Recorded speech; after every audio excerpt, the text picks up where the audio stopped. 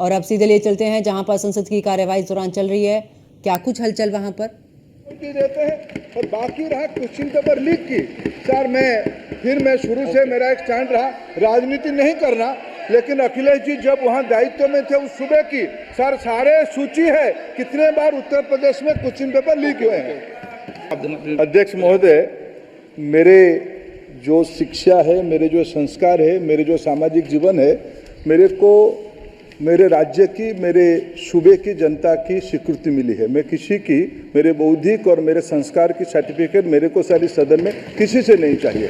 देश की प्रजातंत्र में चुन के मेरे नेता प्रधानमंत्री मोदी जी को प्रधानमंत्री की भूमिका दिया है।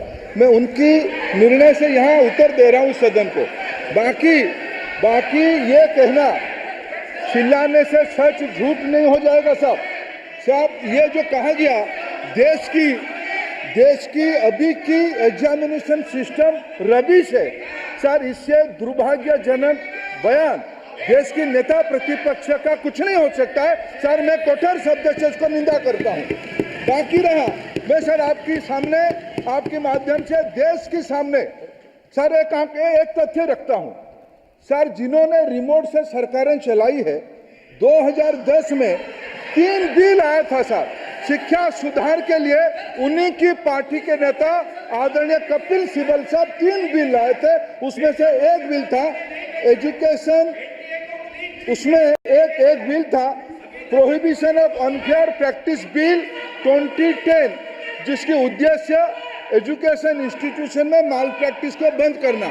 सर मेरे सरकार की हिम्मत है, अभी हमने पब्लिक एग्जामिनेशन की रेगुलरिटीज में बिल लाए, कानून बनाए।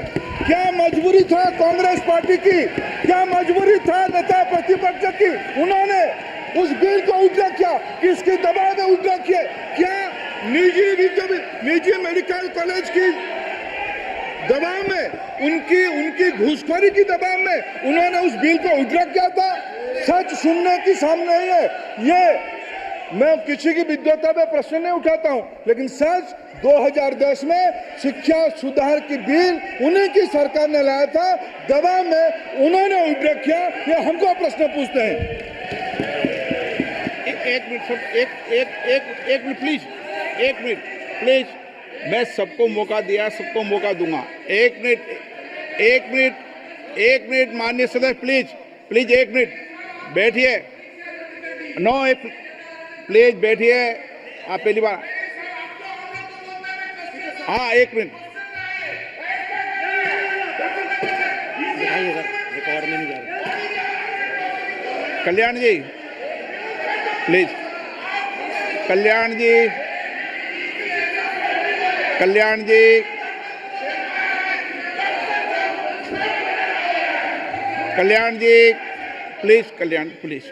प्लीज 1 मिनट प्लीज, 1 मिनट सबको मौका दूंगा। 1 मिनट प्लीज, 1 मिनट।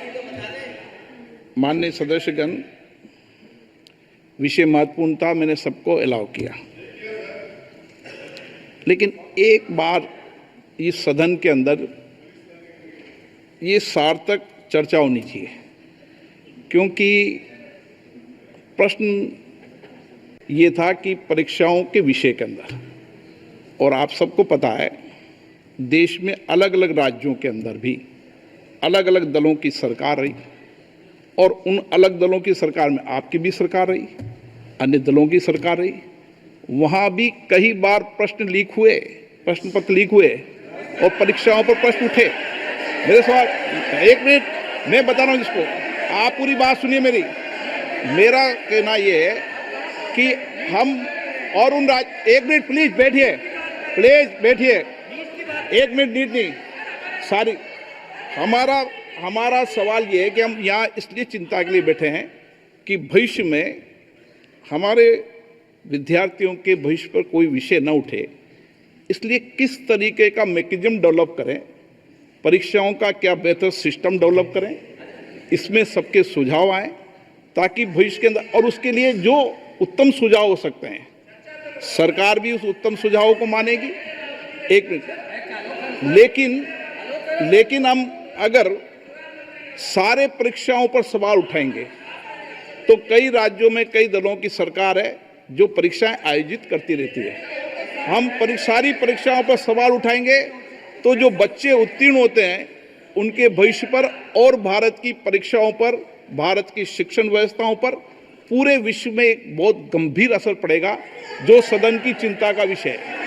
और इसके लिए सभी राज्यों ने अपने अपने यहाँ कानून बनाए, संसद ने भी कानून बनाए। कानून बनाने के अलावा इस विषय के अंदर एजेंसी जांच कर रही है, कोर्ट निगरानी कर रही है। हमारा सवाल ये होना चाहिए कि हम कैसे सकारात्मक रूप से सुझाव देकर इस सिस्टम को और बेहतर कर सकते हैं, ये होना चाहिए।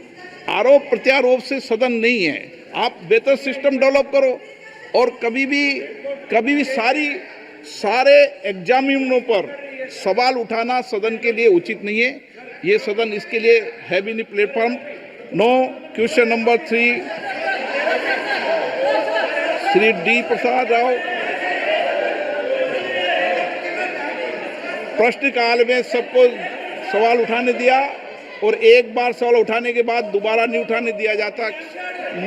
संसद नियम प्रक्रियाओं से चलती है और नियम प्रक्रियाओं से मैंने चलाया।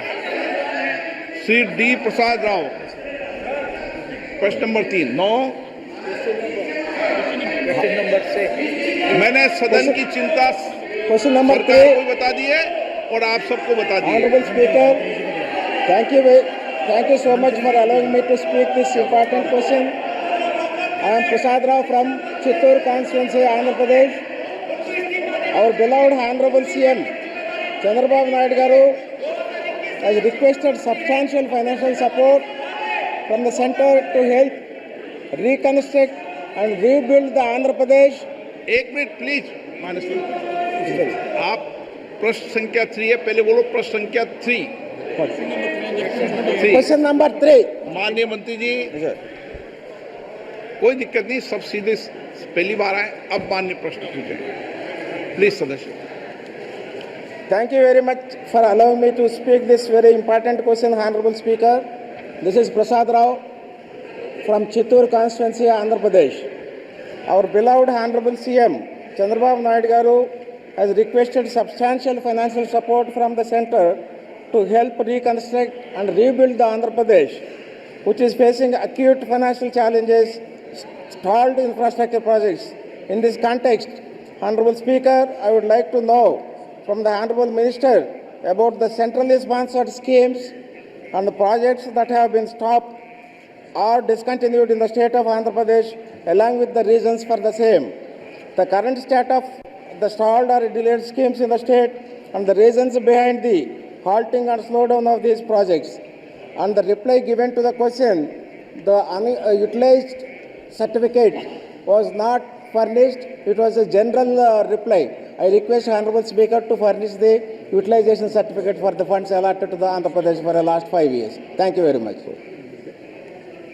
माननीय मंत्री जी। अध्यक्ष महोदय, माननीय सदस्य ने जो ये बताया है कि माननीय मुख्यमंत्री जी आए थे, मैं उनको बताना चाहता हूं कि इस आशय का पत्र माननीय मुख्यमंत्री जी ने भारत सरकार को प्रस्तुत किया है और भारत सरकार की इस प्रकार के सभी अनुरोधों का परीक्षण कराने के बाद ही नियमानुसार कार्रवाई करती है तथा आंध्र प्रदेश के भी अनुरोध का भी इसी प्रकार से समुचित परीक्षण करके निर्णय परीक्षण किया जाएगा।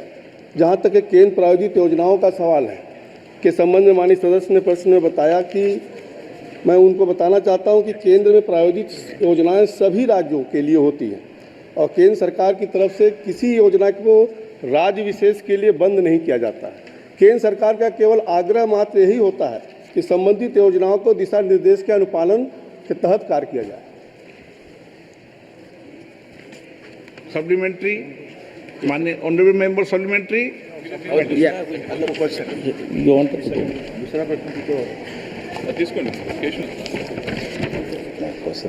एक माननीय सदस्य 2 पूछ सकता है, मूल प्रश्न और सप्लीमेंट्री। कोई बात नहीं, पूछना है तो कोई अनिवार्य नहीं है, कोई बात नहीं।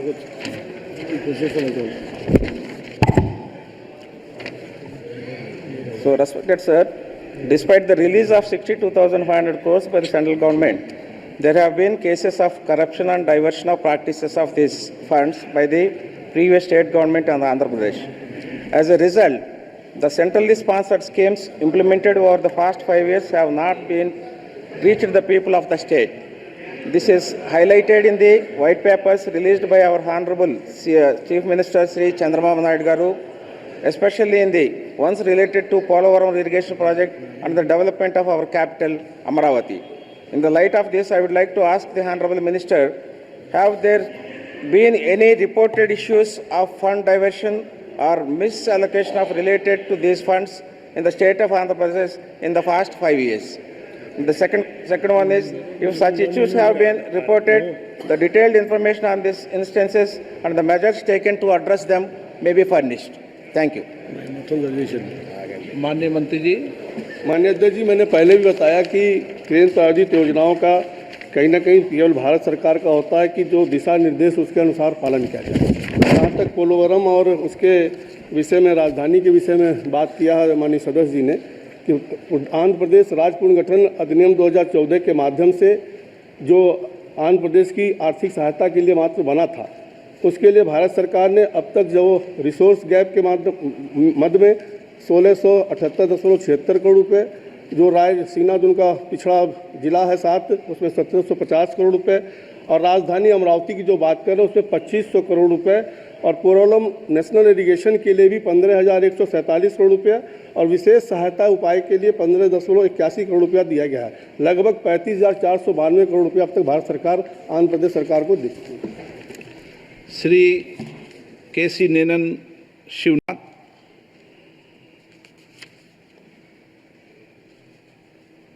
Speaker sir, despite of 62,400 crores given by the central government, these funds have been diverted and case of corruption has been noticed, and it was clearly mentioned by our Chief Minister Chandrababu Naidu, the paper released on Polavaram irrigation and as well as capital of Amaravati. In light of this, I would like to ask Honorable Minister Ji, in issue have been reported and detailed information of these instances and measures taken to address them.